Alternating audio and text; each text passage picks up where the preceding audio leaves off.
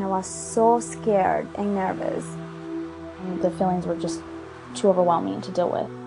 I was really scared. Very much alone, very scared. You know, I was in college, I was young, I was scared to death. I was 19 years old. I was 16 years old at the time. I had just turned 16 when the test came back.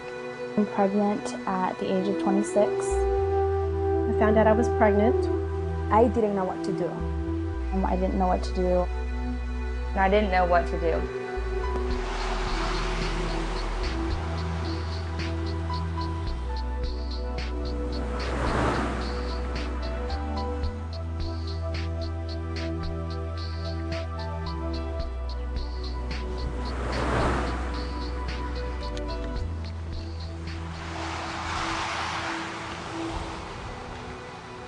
I was 18 when I found out I was pregnant. I felt completely overwhelmed, embarrassed, and confused. But more than anything, I just felt really scared. You know, suddenly the life that I had that led up to that point, the dreams that I had for my future, it all came to a halt, and I was at a T in the road, facing the biggest decision I would ever face in my life.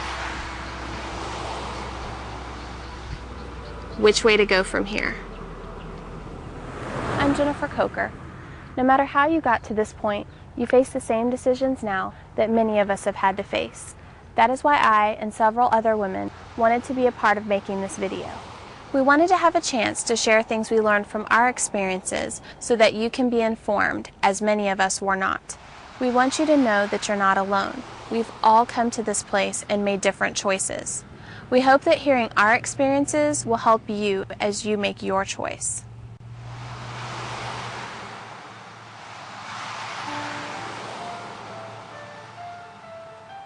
And I felt overwhelmed because it was my decision.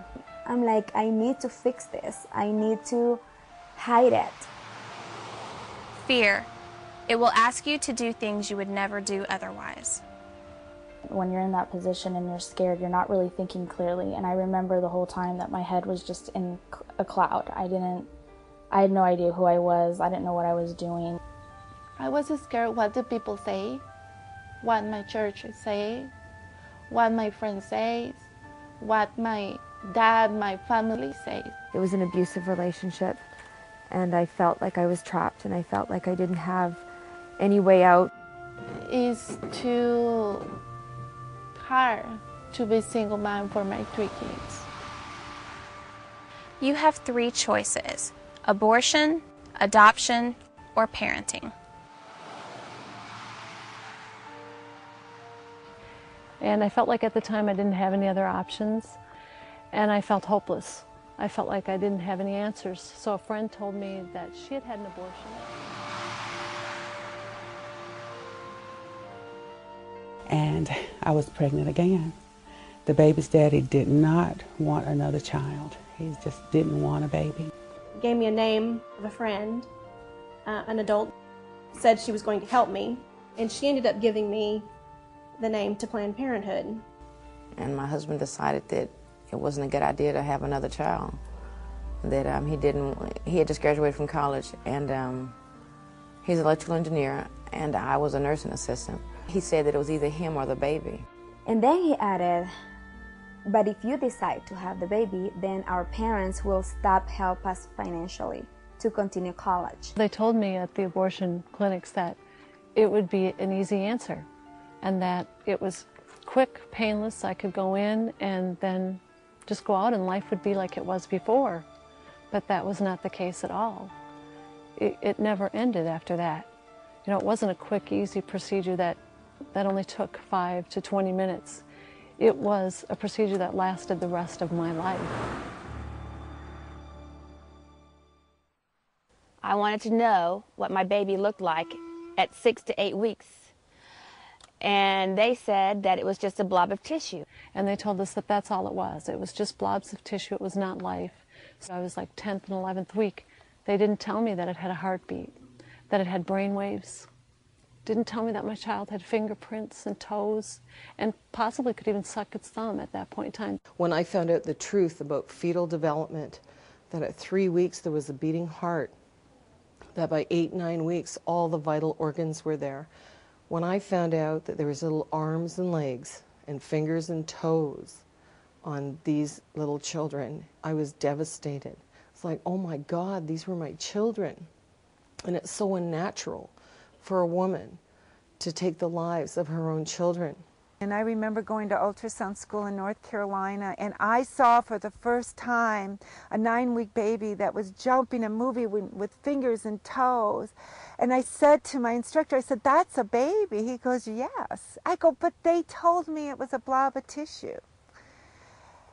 I was surprised to find out that the medical professionals were telling me to turn the monitors away from women considering abortion. Seeing the moving image might influence their choice. And I said, "Why?"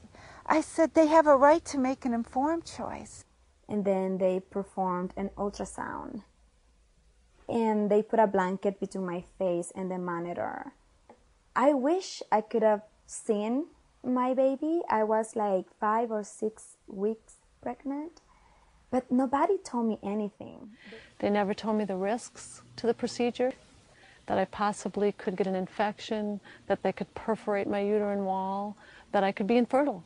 In fact, they told me it was safer to abort than it would be to carry that child. I remember them specifically saying that. With most abortionists, they are abortionists that a woman only sees that time in her life. It's not like going to your family doctor that you know and you've developed a relationship with. I remember sitting in the exam room, freezing cold exam room, and everything inside of me said to run. I was awake during the procedure, so I remember everything. I heard everything. I could feel everything. I just couldn't move. And I just heard a horrible noise, like a vacuum noise.